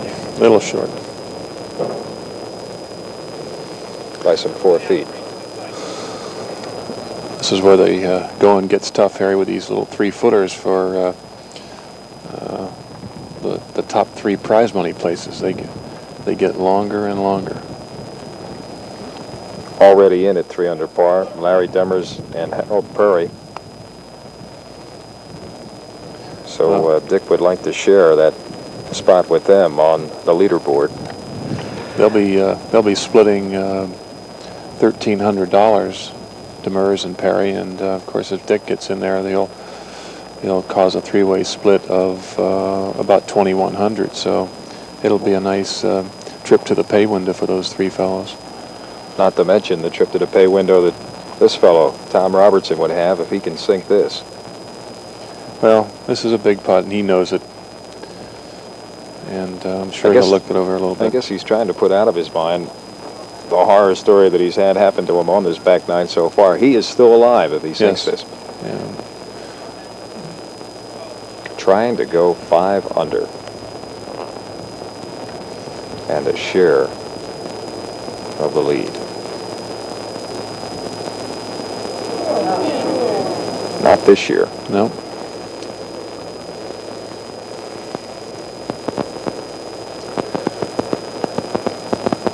Pete Trenum will be next to putt from St. David's. Pete was a co-leader after one round this year. A real nice 68 the first day. He stands now at 2 over for the tournament, which means he is two over par today. Or, pardon me, 4 over par today. Pete needs this for par.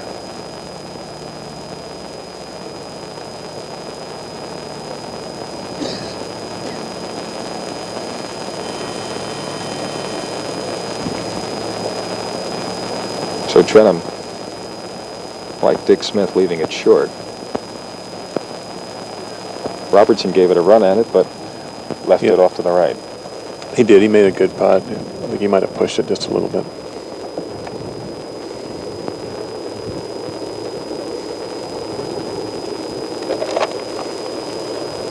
This is still a big putt. This separates second and a tie for third. This puts Robertson all alone in second.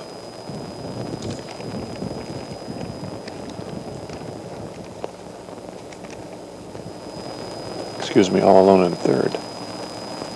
Right, and he makes it. Tom Robertson with a par 4 to stay at 4 under par, which is 1 shot off our co-leaders. And he has second place. As of now, of course, third place.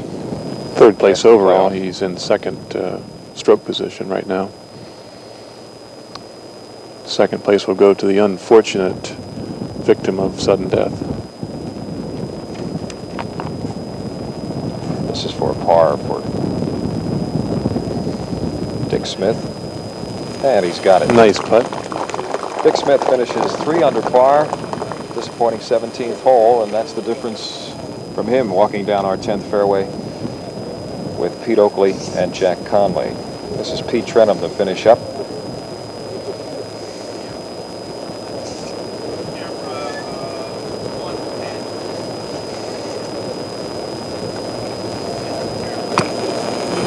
And Trenum finishes up also with the par and 2 under for the tournament. So we have another sudden death playoff situation here. Not 5 golfers, but we'll have 2, Jack Conley and Pete Oakley, both finishing 36 holes at 5 under par. And we'll be back to follow the action at the 10th tee and through the duration of this sudden death playoff from High Point and the Delaware Valley Open. We'll be back after this.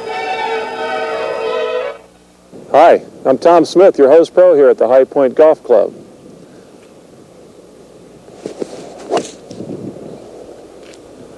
Inviting you to take time out and enjoy a day of golf.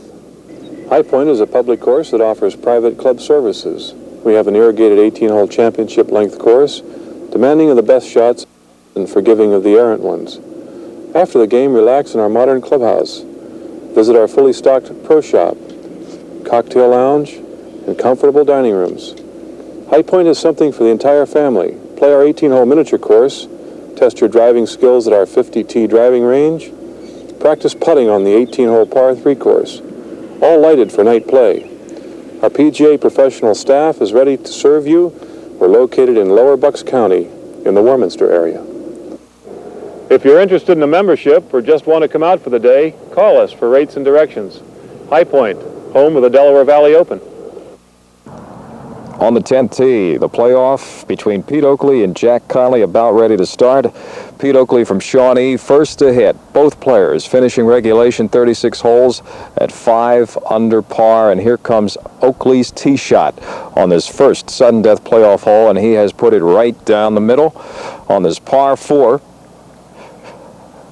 375-yard hole, and Pete's left himself about 140 yards from the putting surface.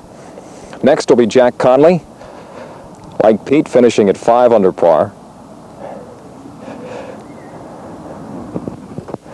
Last year we had 5 players involved in one of these playoffs. This year it's been reduced to 2, Oakley and Conley. And Jack just a little left of Oakley's ball and a little further, as he's placed it about 135 yards from that 10th green.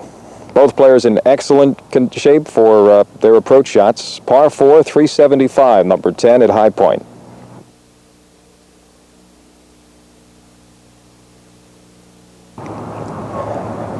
Pete Oakley has hit the ball about 140 yards away. Second shot here on number 10. And Pete would like to tuck it in there, Tom. Oh, I'm sure he would. He's going to nestle this one next to the hole, I'm sure. This is where it all ended last year. 4 of the players snuffed out when Duke Delcher sank a birdie putt. Oakley's approach is headed right at it. Little to the left, but well within birdie range. A little short, but he's placed it right up there, and suddenly that green has gotten a little bit tinier for Jack Conley. Tinier by the second, as a matter of fact. Jack's going to take a minute or two and let the crowd settle down, I think. They gave Pete a nice round of applause. It has to affect him when you see the guy you're going head-to-head with for the championship put it up there 15 feet away, perhaps, from the cup. There's no question about it. This is a different kind of golf. Still demanding of good shot making, but a lot of psychology here. Jack Conley gets off a good one. He is going a little bit beyond and to the left and stays on the putting surface, but on the back end and to the left, he's going to have himself quite a putt to get down in 3. Oh, at least 40 feet, and Pete's got to be not more than 15 feet. So this could be a turning point here. Tom, what kind of putt does he have here? Well, it's about 40 feet long, and it's a pretty sharp right to left break, and it's very, very slick as well. You know, he won't be able to charge this putt, which is going to take a little bit of the offense away from him here. Pete Oakley and Jack Conley involved in this playoff. Both players tidying up a little bit, as we mentioned. They are allowed to fix any ball marks, but should they do anything else to the green, perhaps then they get involved in a penalty situation. They don't want to risk that now. You can bet that, Harry. Right now, everything's on the line. They don't want to make any mistakes. And we were talking about Jack's putt being a lag-type putt. Pete's going to be able to charge his. As the advantage was with Oakley after his first shot. If Conley comes close on this or puts it in, the pressure immediately goes to Pete Oakley. It'll switch back and forth, and this is one of the exciting, interesting aspects of a playoff. The advantage can switch suddenly and drastically. Jack Conley for a birdie 3.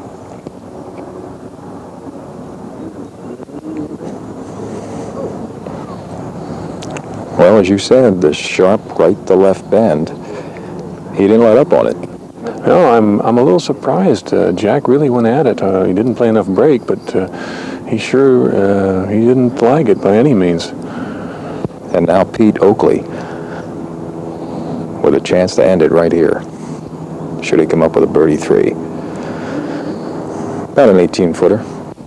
That's right, and birdie range, and very similar in length to the putt that Duke had last year to win everything. Remember, the prospect of a Conley 3 putt is very possible. He still has himself about a 3.5, 4-foot putt. And not an easy one either. Pete Oakley with the chance to bring home a championship right here.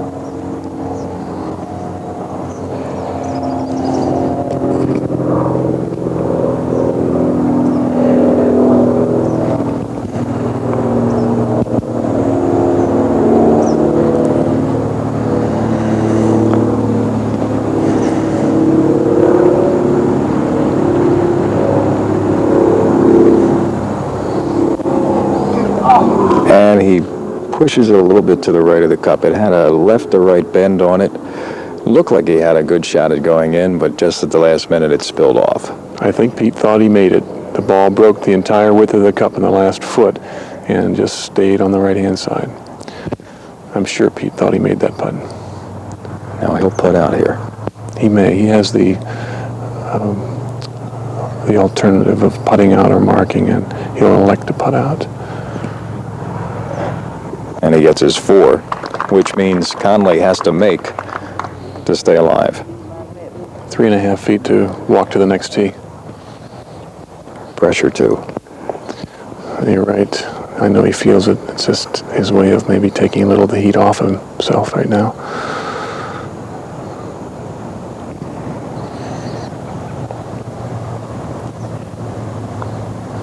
He's got it. Jack Conley. And at 11, Pete Oakley with his tee shot. Starts it off to the left and through some trees. Not the place to be here on 11.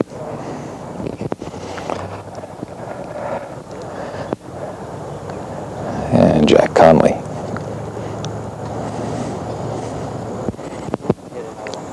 Coming off that 10th green with a pressure putt for a par to stay alive.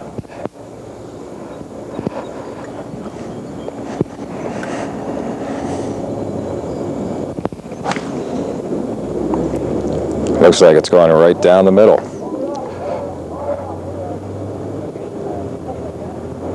And he's placed it right out in the middle. This is his second shot at number 11.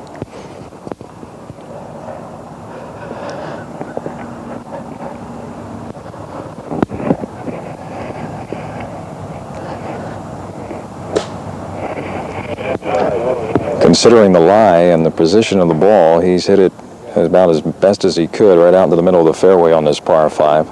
This is uphill all the way. So Oakley out of problems, back on the fairway.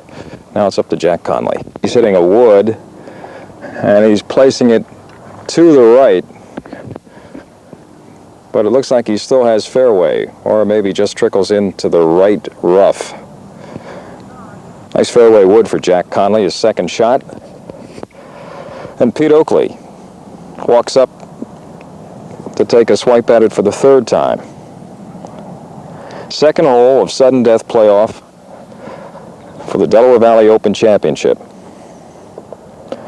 Oakley breathed a sigh of relief when he realized that first drive wasn't out of bounds. Did the best he could to try to get out of there, and managed to hit a wood into the middle of the fairway. He still has a distance to go, approximately 275 yards to the flagstick. Third shot for Oakley. He and Jack Conley finished 5 under par for 36 holes, forcing the playoff. Conley sank a big putt for a par number 10, which is why we're in the middle of the 11th fairway right now. Oakley with another wood.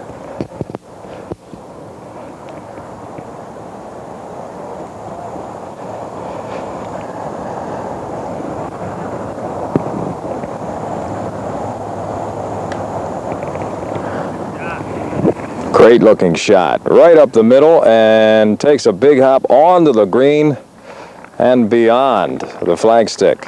So Pete Oakley puts his third shot up on the green and maybe off.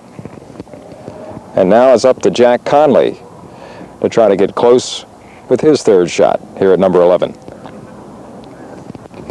Okay, Tom, Jack Conley about 40 yards away. Little pitching wedge. Yeah, he's going to pitch and run this shot. He's got a lot of green to work with. Third shot here at number 11. Couldn't be nicer. It's a beauty. It's 4 feet, and he's in great position right now.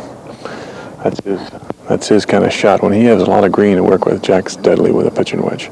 Do you think you get pumped up when you see your opponent hit a bad shot like Oakley did here on the 11th tee? Does that add a little bit of adrenaline to somebody like Conley? Well, maybe the average player might, but Jack Conley knows that Pete can hit any type of shot from any condition, and I don't think he thought that he had it in the bag, really. No, he respects Pete. Pete is about 15 feet from the fringe, another 30 feet from the pin. Pretty good lie.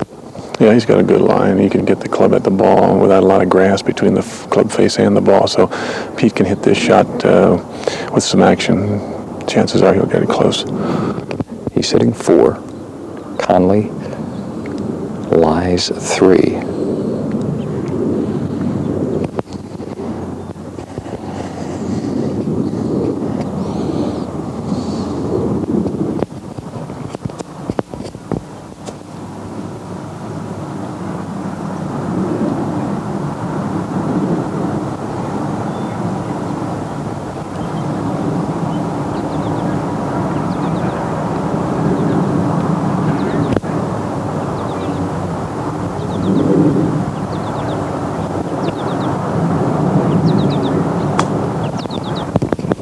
Gotten it up there. It's a little long, but a good shot. A good shot. 4 feet. I guess a tendency not to lag it, to make sure you get it up there, especially considering the situation with Conley as close as he is. Absolutely. Pete had to go for it. It's a good chance Conley can make this putt, and Pete's got to get the ball by the hole, maybe to give himself a chance at birdie. So the situation is reverse of what it was at 10. This time around, Jack Conley can shut the door if he sinks this putt. This is for a birdie 4. Oakley lying 4. Best he can do is get a par. Jack's holding all the cards right now.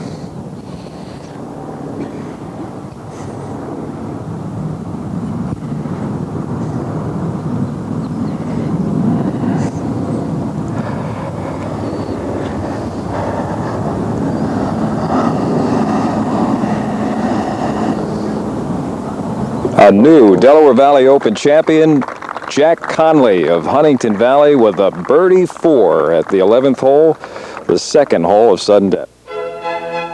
Second place goes to Pete Oakley of Shawnee. In sole possession of third, Tom Robertson. In fourth place, a tie, Dick Smith, Don DeAngelis, Larry DeBurs, and Harold Perry.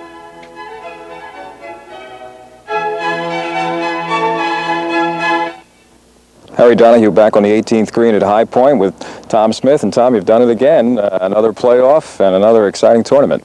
Well, thank you, Harry, and you're right. The lightning has struck 3 times in a row. Sudden death and an exciting one again. Went right down to the wire, and we had several more people that could have been in had they made a putt or 2 here or there. Okay, let's get right into the presentations. We've got top amateur and also the championship trophy to Jack Conley. So why don't you introduce our winner of the low amateur? Gladly. And this year's amateur champion of the Delaware Valley Open is Robin McCool. Robin, congratulations. Thank you, Tom. Thank you very much. Robin, you come down from Bethlehem. Did you expect to walk away with the trophy like that?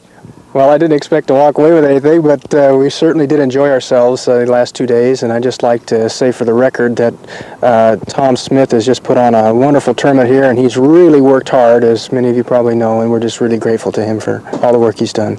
Wonderful tournament. Thank you very much, and we got a little piece of gold here for you to have you remember this tournament by, and in addition to a gift certificate for $250, and I know maybe you can pick something for Carolyn with that. And Carolyn McCool, who came down with Robin. Even par 144, and it's a nice job, Okay. Robin. Thank you very much. Thank you. Congratulations. Nice score, even par, 144. Jack Conley is next in line to pick up some of this championship material. Tom? Yeah, he's going to take away, not only is he going to take away this little piece of metal here, which I hope he will be very proud of, and we're also, Jack, going to put your name on the big guy here for the permanent record. Congratulations, the 1982 Delaware Valley Open champion, Jack Conley, Huntington Valley Golf Club, and a great 2-round total of 139, 5 under par, and he won it in the sudden death playoff over Pete Oakley. And Jack, just to give you a little bit more enjoyment, you're going to get $1,400 as in addition to this for your great effort here. Thanks a million. Thank you. I'd just like to thank Tom Smith here and his staff. I know what goes involved in what's involved in putting on a tournament of this, and everybody here has been great. And Tom, you've done another good job. Thank you very much. Thank you very much. Jack, you're going to have a shot at hosting your own tournament, right? A little bit later on? Yes, we have our sectional PGA championship at Huntington Valley, September 20, 21, and 22. Well, maybe you can repay the favor to Mr. Smith. Well, he's a good player. You never know. Okay, congratulations once again. Thank you Jack very Conley, the winner of the 1982 Delaware Valley Open, and that sets the stage for what next year? How do you want to write the script for 83? Well, I better get started because this will be hard to top. But in closing, I just want to thank all of our sponsors and everybody that had a big hand in making this an outstanding event. I can't do it by myself. I need a lot of help, and I got a lot of help from everyone. And it was a nice event, Harry. I enjoyed working with you. It was terrific. Pleasure. The voice of the Delaware Valley Open, and I'll be looking forward to seeing you again next year. Okay, the weather cooperated. We have sunshine here as a backdrop to our final presentation to Jack Conley, our winner. For Tom Smith and all the people here at High Point, Harry Donahue wishing you a very good day. Thanks for joining us. See you next year. The 1982 Delaware Valley Open has been brought to you by Holiday Inn of New Hope, by Continental Bank, by Mark 7 Transmissions in Warminster, by Custom Vinyl Tops Trevose, and by the Casa County Restaurant in Glenside.